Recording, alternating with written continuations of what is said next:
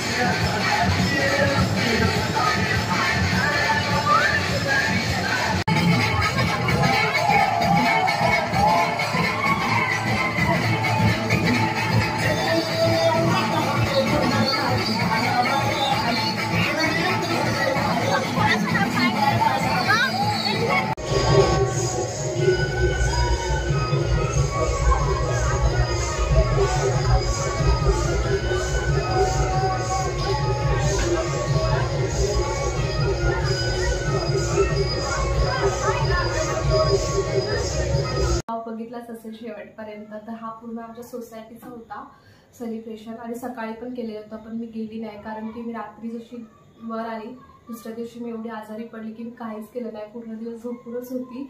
आणि मला तुम्हाला आमच्या एरिया म्हणजे सोसायटी सोडून एरियातल्या पण जे मोठ्या मोठ्या हंड्या असतात त्या दाखवायच्या होत्या ब्लॉगद्वारे, पण मी गेलीच नाही, तर काहीच शूट नाही केलं.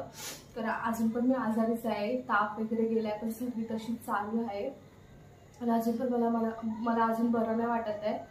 तर मी हा व्हिडिओ इथेच एंड करते. तुम्हाला हा ब्लॉग कसा वाटला हा कमेंटमध्ये सांगा आणि तुम्ही कशी दहीहंडी साजरी केली ते पण सांगा आणि भेटू आपण नवीन ब्लॉग सोबत. तोपर्यंत बाय आणि काळजी घ्या.